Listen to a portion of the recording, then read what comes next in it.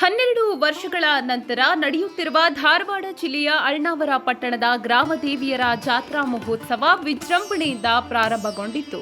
ಎರಡನೇ ದಿನವಾದ ಇಂದು ವಿವಿಧ ಧಾರ್ಮಿಕ ಕೈಂಕರ್ಯಗಳನ್ನು ನೆರವೇರಿಸಲಾಯಿತು. ಪಟ್ಟಣವೂ ಸೇರಿದಂತೆ ಸುತ್ತಮುತ್ತಲಿನಿಂದ ಆಗಮಿಸಿದ್ದ ಅಪಾರ ಸದ್ಭಕ್ತರು, ವಿಶೇಷವಾಗಿ ಸುಮಂಗಲಿಯರು, ಗ್ರಾಮದೇವಿಯರಾದ ಲಕ್ಷ್ಮೀ ಹಾಗೂ ದುರ್ಗಾ ದೇವಿಯರಿಗೆ ಅತ್ಯಂತ ಭಕ್ತಿ ಭಾವದಿಂದ ಉಡಿ ತುಂಬುವ ಕಾರ್ಯ ನೆರವೇರಿಸಿದ್ರು. ಈ ವೇಳೆ ನೆರೆದಿದ್ದ ಭಕ್ತರು ದೇವಿಯರ ಉದ್ಘೋಷಗಳನ್ನ ಕೂಗುವ ಮೂಲಕ ಭಕ್ತಿ ತೋರಿದ್ರು. ಅಲ್ಲದೆ ಸಕಲವೂ ಸನ್ಮಂಗಳವಾಗಲಿ ಎಂದು ಭಕ್ತಿಯಿಂದ ದೇವಿಯರಿಗೆ ಬೇಡಿಕೊಂಡ್ರು. ಇನ್ನು ಜಾತ್ರಾ ಮಹೋತ್ಸವದ ಹಿನ್ನೆಲೆ ಪಟ್ಟಣದಾದ್ಯಂತ ಸಂಭ್ರಮದ ವಾತಾವರಣ ನೆಲೆಗೊಂಡಿದ್ದು, ಮಕ್ಕಳಿಂದ ಹಿಡಿದು ಹಿರಿಯರವರೆಗೂ ಎಲ್ಲರಲ್ಲಿಯೂ ವಿಶೇಷ ಹರ್ಷ ಕಂಡುಬಂದಿತು.